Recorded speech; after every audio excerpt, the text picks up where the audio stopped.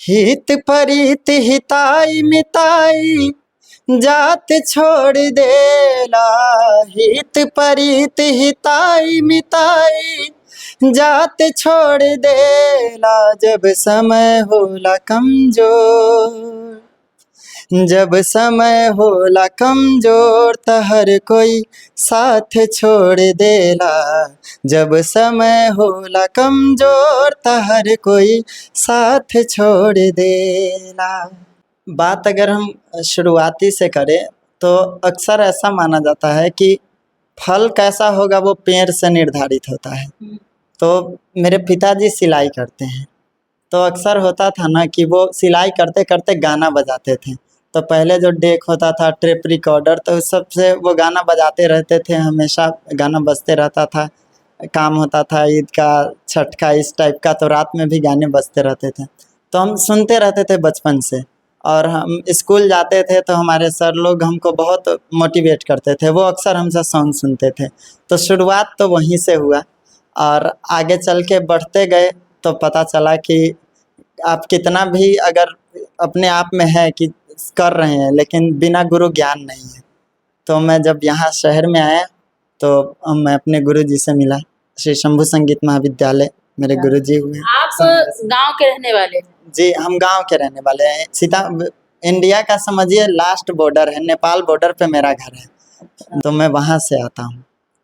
तो ये जो इतना प्यारा आप संगीत सुनाए हैं, ये गुरु जी से सीखे हैं या पहले से आपको आता था? देखिए, हमेशा से एक बात होती है कि आप कितना भी, आप एक हीरा जो होता है ना, हीरा वो एक सामान्य पत्थर जैसा ही होता है, उसका कोई आकार नहीं होता है। अलग अलग हिसाब से उसका आकार निकला हुआ रहता है, लेकिन उसको सजाने में किसी न किसी का हाथ होता है। अगर मैं मानता हूँ कि परमात्मा मुझे कुछ न कुछ दिए संगीत के क्षेत्र में, लेकिन मुझे सजाने का, एक रूप देने का काम मेरे गुरु जी ने ही किया। तो जो कुछ भी हूँ मैं उन्हीं के बदौलत हूँ। क्वालिफिकेशन आपका क्या है? वैसे एकेडमिक की बात करूँ तो मेरा ग्रेजुएशन फाइनल हो चुका है और बस अभी सीख रहा हूँ संगीत। आगे सिंगर बनना है? जी, लक्ष्य तो है, अब देखते हैं, मेहनत है, गुरुजी का आशीर्वाद है, कितना दूर तक जाते हैं। मुझे आपके बारे में जानकारी मिली है कि आप प्रधानमंत्री से मेडल भी प्राप्त कर चुके हैं। जी, तो जैसे अब संगीत के साथ साथ विभिन्न क्षेत्रों में मैं अपने आप को सोचा कि आगे रखूं। तो यहाँ का पहला बच्चा हूँ सीतामढ़ी का, जो मैं मोदी जी से मिला, माननीय प्रधानमंत्री जी से। यूथ पार्लियामेंट में, युवा संसद महोत्सव में मेरा सिलेक्शन हुआ था, तो मैं दिल्ली गया था युवा संसद में, तो वहाँ मेरी मुलाकात उनसे हुई थी। तो यहाँ का मैं पहला बच्चा हूँ।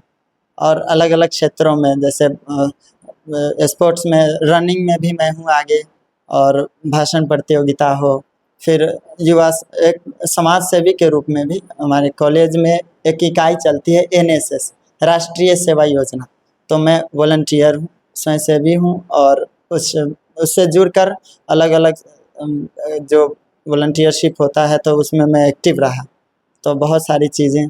तो यहाँ सीतामढ़ी में अगर जड़ बना तो मेरे कॉलेज से ही, मैं गोयनका कॉलेज से मेरी पढ़ाई हुई है। प्रिंसिपल है गोयनका कॉलेज की प्रोफेसर डॉक्टर रेणु ठाकुर, तो वो मेरी गुरु माँ है, इसलिए कि उनके माध्यम से ही मैं अपने संगीत वाले गुरु जी से मिला। तो उन्होंने ही अलग अलग स्टेज पर मुझे भेजा, चाहे वो मैं स्पीच में गया तो हो या फिर रनिंग में गया हो, तो कॉलेज से मुझे थोड़ा सा पंख मिला।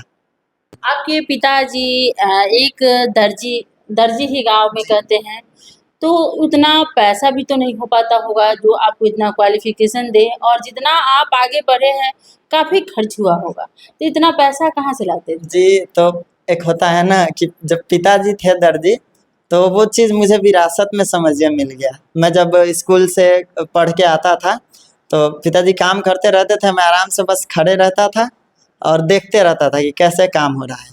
और मैं मात्र 4 साल के ही था तभी से मैं मशीन चलाना, सिलाई करना शुरू कर दिया था, जिस समय सिर्फ सुई दिखता था उसी समय से, और पता नहीं चला कि बस देखते देखते मैं सीख गया। और सिलाई मास्टर भी हूँ मैं, पूरा सिलाई मुझे आती है। सिलाई भी करते हैं? जी, मैं यहाँ आया तो पहले सिलाई ही किया, सिलाई करके और उससे जो आमदनी हुई उससे मैं छोटा भाई को पढ़ाने के लिए मेन रूप से यहाँ आया था। लेकिन होता है ना, गांव देहात में एक कहावत है कि बच्चे के बहाने माँ भी पल जाती है, तो उस हिसाब से मेरे साथ हुआ। मैं तो भाई को पढ़ाने आया, लेकिन किस्मत मेरा भी खींच लिया, तो मैं भी पढ़ने लगा। ये शहर आपके लिए लकी हो जी, साबित हुआ। जी। माँ सीता की नगरी है, एक बेटा आगे जा रहा है, तो ये तो सौभाग्य की बात है। तो आगे आप हिंदी फिल्मों के लिए गाना गाएंगे या भोजपुरी? देखिए, मेरा लक्ष्य तो है कि मैं हिंदी में ही जाऊँ, लेकिन अभी जो क्षेत्रीय जो अभी माहौल बना पड़ा है, भोजपुरी को एक नीच दृष्टि से लोग देख रहे हैं। क्योंकि यहाँ कोई भी आते हैं और अजीब-अजीब शब्द का उपयोग करके और गाने बना देते हैं और उसको धूमिल कर चुका है। तो मैं चाहूँगा कि उस जो पुरानी जो हमारी संस्कृति है, रिवाज है, मैं उसको चाहूँगा कि आगे बरकरार रखूँ, अच्छे-अच्छे गाने लाऊँ। तो है तो लक्ष्य हिंदी, लेकिन मैं भोजपुरी की जो अभी दुर्दशा है, मैं कोशिश करूँगा। अभी कुछ लोग हैं जो इसको बचा रहे हैं धीरे-धीरे, तो मैं कोशिश करूँगा कि इसको भी आगे लाऊँ। जो सुधार लाएंगे जी, आप? जी, मेरा पूरी कोशिश रहेगी। चलिए, आप एक तो सॉन्ग सुना है, उसके अलावे मतलब किस-किस टाइप के सॉन्ग गाते हैं? मैं सभी टाइप का गाता हूँ। अभी तो वैसे इन लोग सुनाना था तो वो मैंने सुना दिया है। मैं हिंदी हो, पंजाबी हो, सूफ़ी हो, कव्वाली हो, भजन हो, भक्ति, हर टाइप का मैं गाता हूँ। अगर डिमोटिवेट रहूँ तो या खुश रहूँ तो हर समय में एक सॉन्ग मुझे बहुत अच्छा लगता है। तो मैं कोशिश करता हूँ वो 2 लाइन। जी, सुन जी। अभी मुझ में कहीं बाकी थोड़ी सी है जिंदगी, जगी धड़कन नहीं, जाना जिंदा हूँ मैं तो अभी, कुछ ऐसी लगन इस लम्हे में है, ये लम्हा कहाँ था मेरा, अब है सामने, इसे छू लो जरा, मर जाऊं या जी लूं जरा, खुशियाँ चूम लूं या रो लूं जरा, मर जाऊं या जी लूं जरा। वाह! क्या खूब आपने गाना गाया है। तो ये एक ऐसा गीत है, मुझे हर समय ये एक अलग मुझे एनर्जी देता है। जब मैं लो होता हूँ तो हाई फील करवाता है, एक उम्मीद सा मेरे आपकी अंदर आँखों में आँसू भी आ गए। ये होता है अक्सर मेरे साथ। इसी सॉन्ग पे या और भी कोई सॉन्ग पे? नहीं, अक्सर हो जाता है। अक्सर अक्सर गुरुजी कुछ सिखाते भी हैं मुझे, तो कुछ ऐसा लगता है जैसे सुर अगर लगता है तो ऑटोमेटिक आँख से आंसू आ जाता है। तो गुरुजी कहते भी है कि बेटा तुम किसी भी चीज़ को, तुम्हारा आत्मा संगीतमय है, तुम रूह से गाते हो।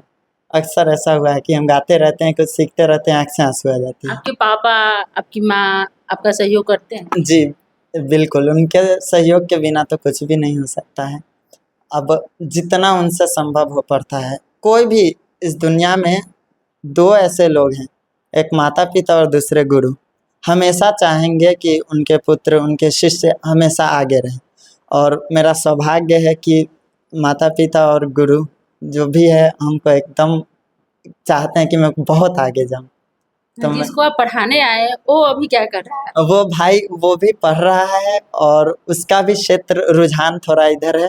वो अभी एक ट्रेंड चलता है रैप सॉन्ग का, तो वो रैप सॉन्ग वगैरह ये सब लिख रहा है, वो शायरी ये सब करता है, तो वो भी थोड़ा-सा रुझान उसका इधर है।